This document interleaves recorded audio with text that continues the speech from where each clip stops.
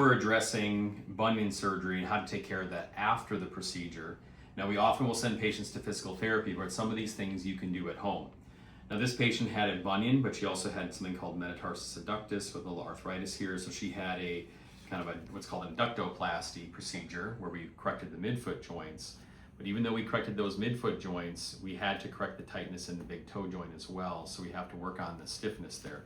So after about 2 weeks, sometimes up to 4 weeks, we'll wait to move the big toe if we have a screw in here. That's called an achinosteotomy.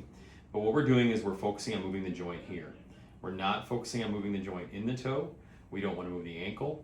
So whenever you do these exercises in the morning, in the evening at home, your first step is to hold the foot still by grasping that first bone here.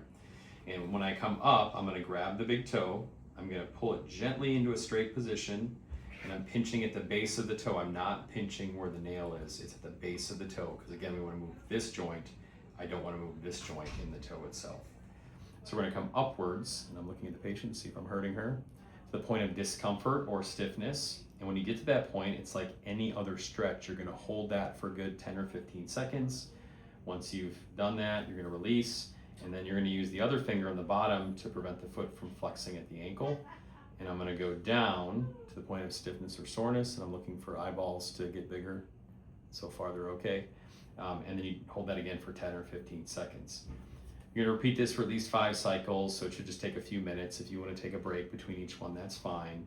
But especially after a surgery like this, we're still working on scars, so I like to kind of couple range of motion in the morning with scar care and then icing immediately afterwards for 15 or 20 minutes.